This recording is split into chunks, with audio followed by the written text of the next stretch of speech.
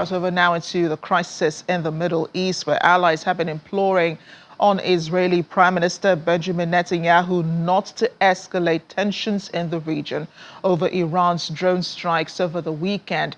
Prime Minister Benjamin Netanyahu told the British Foreign Secretary, Lord David Cameron, during his visit to Jerusalem on Wednesday, his country will make its own decision regarding the issue.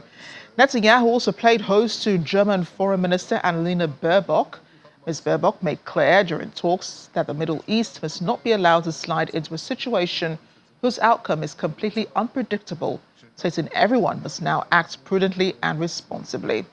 Back in Germany, the Foreign Office spokesperson, Christian Wagner, said he would not speculate on how Israel will react to Iran's attack, but that Germany was in close coordination with international partners, including the G7, and is looking towards the future, doing everything to prevent a further escalation of the situation in the Middle East. Mr. Netanyahu says he's also had conversations with British Prime Minister Rishi Sunak and is in talks with other world leaders, whom he thanked for their support, but that Israel will do whatever is necessary to defend and safeguard itself.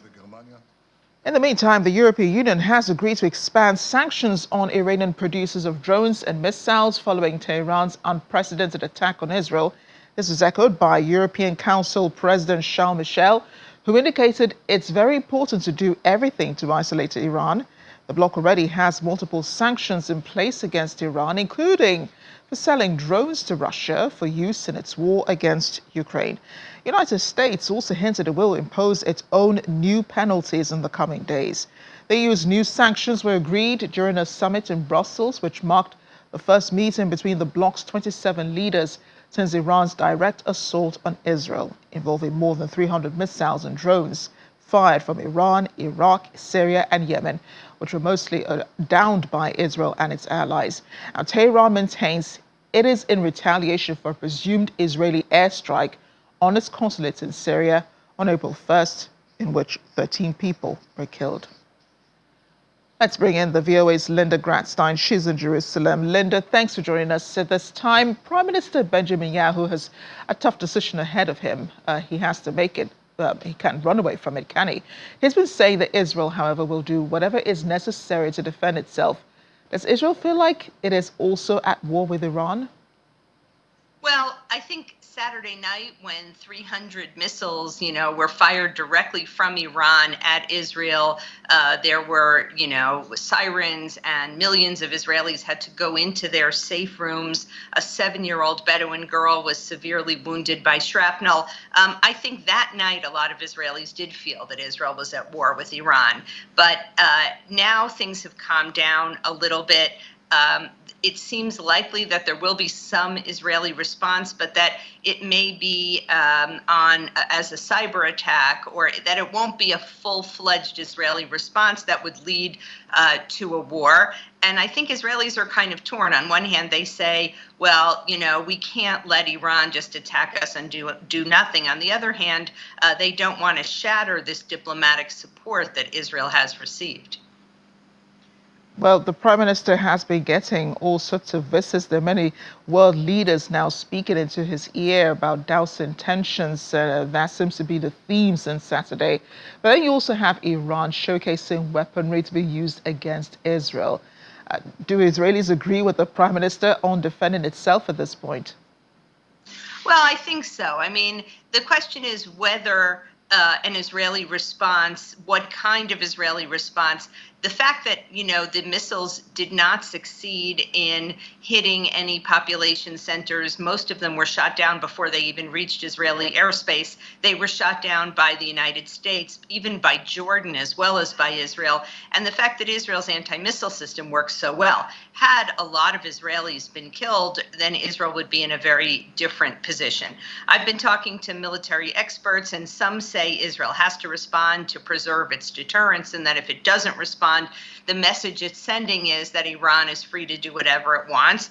Others say that an Israeli response at this point would be a mistake, given the fact that Iran says that its attack was in itself a response to an Israeli attack. So, and there are press reports saying that the United States has said that if Israel doesn't respond or responds on a very low level, it will accept Israel's decision to conduct a military operation into Rafah, the southern Gaza city on the border with Egypt, where there are now more than 1.5 million Palestinians who are sheltering from the war. And President Biden had spoken out very strongly against any Israeli operation into Rafah. But again, those are press reports that I haven't been able to confirm. Well, that's the analytic responses that you have been receiving, Linda. I've also heard some analysts say that Iran did not intend to attack Israel. The mere fact that those missiles were intercepted mid-air and no Israelis were killed in the attack, I mean, there weren't many casualties, points to the fact that Iran did not intend to really attack Israel. So does Israel still consider this attack unprovoked, considering that Israel did destroy the Iranian consulate in Syria, even though it says, although the consulate was not its target at the time, it was targeting Hamas militants. So would we consider this an unprovoked attack by Iran? Well, first of all, Israel, in that attack in Damascus, 7 Revolutionary Guards officials, including the most senior general in Damascus, was killed. At the same time, I think Israel does see this as, I don't know if I would say unprovoked, but certainly crossing a certain red line, given that it's the first time in Israel's history that Iran has attacked directly and not used a proxy like Hezbollah or Hamas. It seems that Iran is turning up the heat on Israel, is pushing Israel perhaps for a response in order to then kind of unite the Hamas and Hezbollah and these other organizations against Israel. So I don't know if it's unprovoked, but from the Israeli perspective, it's certainly crossing a red line. Speaking of a red line, I remember that rhetoric just governing media headlines back in the early 2000s when Iran was suspected of enriching uranium for nuclear weapons. And Israel did bring the world's attention to Iran's activities, saying that it was already crossing the red line and the world needed to take action against Iran. Now you have the European Union imposing sanctions on producers of Iranian drones, and then sanctions were imposed at that time on Iran. Are these sanctions impactful at all? Do you think they're enough to stop Iran's intentions towards Israel? No, they don't really seem to be enough, because Israel says that Iran is closer than it's ever been to being able to put together a nuclear weapon, that it's weeks away from that capability when it was years away. So the question is what kind of delivery system, and whether it's, has the ability to put it onto a rocket that could deliver it. But Israel sees Iran as a threshold nuclear power. Israel has allegedly killed dozens of Iranian scientists who were involved in the nuclear program.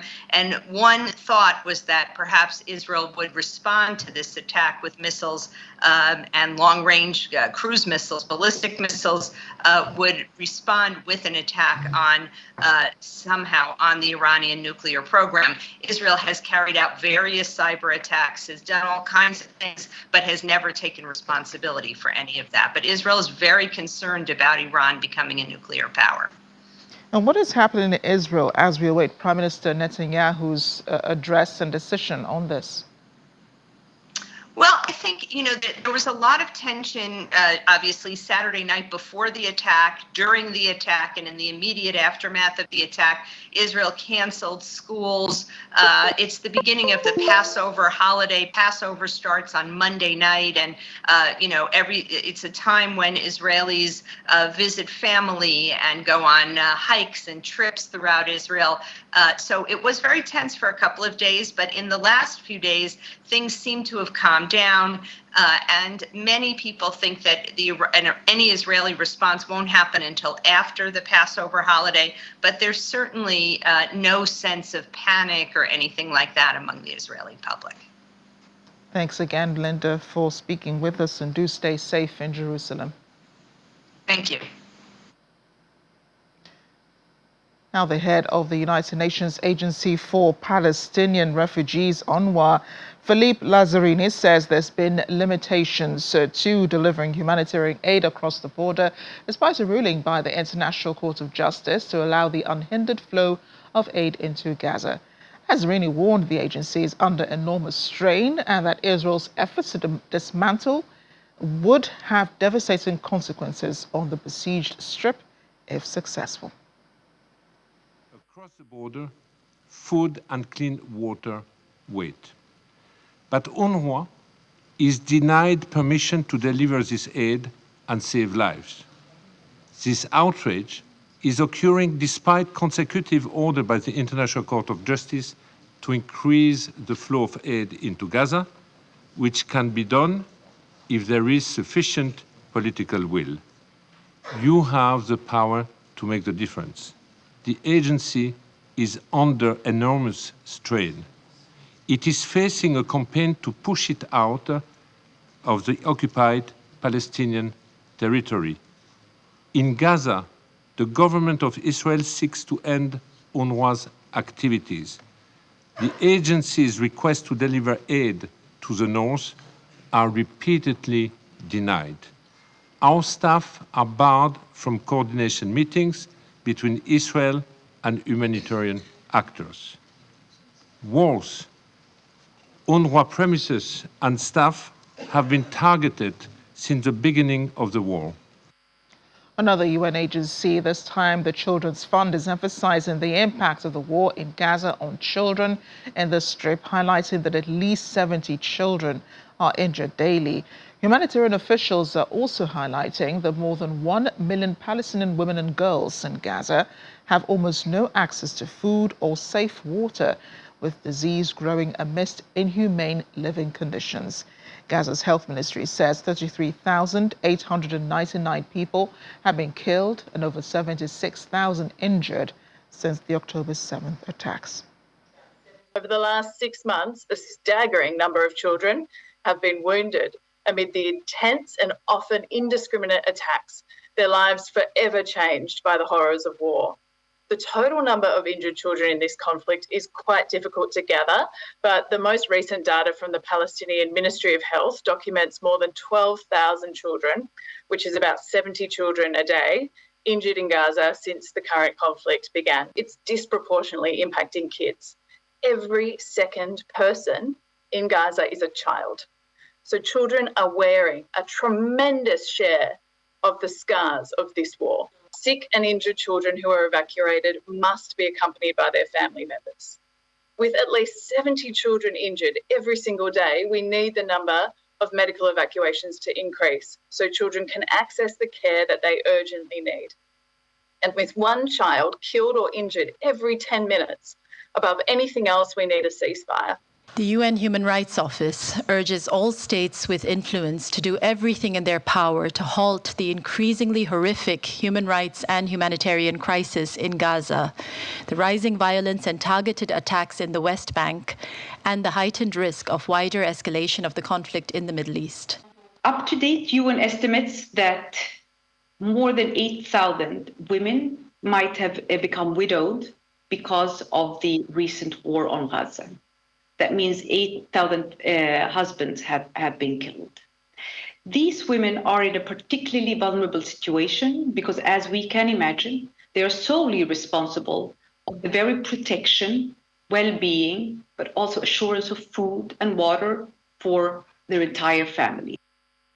Well, those pro-Palestinian protests still ongoing in Europe, crowds of demonstrators rallied in London on Wednesday to protest against arms supplies to Israel. The demonstrators gathered in front of the British Parliament, some holding Palestinian flags, others holding banners reading, "Hamas are terrorists." The protest was led by the director at Palestinian Solidarity Campaign, Ben Jamal, who noted there's no moral case to arm a country that is a serial violator of international law. Earlier this week, around 70,000 people, including a cross-party group of British lawmakers, signed a petition calling on the UK government to stop selling arms to Israel. Today we came with a very, very specific demand. It's a long-standing demand of our campaign, but it's a demand that is now echoing across the political mainstream, and it is for the government to stop arming Israel, to end all arms sales to Israel. There is no moral case to sell weapons to a state that is a serial violator of international law, but there's no legal case to do so either. The UK's export guidance says that we should not sell weapons to states where there's a risk they might be used in violations of international law. Well, right now, Israel is on trial in the world's highest court for the crime of genocide. We've had 1,000 lawyers, including the ex-president of the Supreme Court, telling the government that it risks breaching international law if it continues to sell weapons to Israel. There's no case to continue selling weapons to Israel. We're here to keep pressing that demand, and the Genocide Convention places a responsibility on all signatories not to aid and abet genocide. It is difficult to see how you can not be aiding and abetting a genocide when you're selling weapons to a state that is on trial, because of the court, the ICJ has accepted there's a plausible case that Israel is committing the crime of genocide.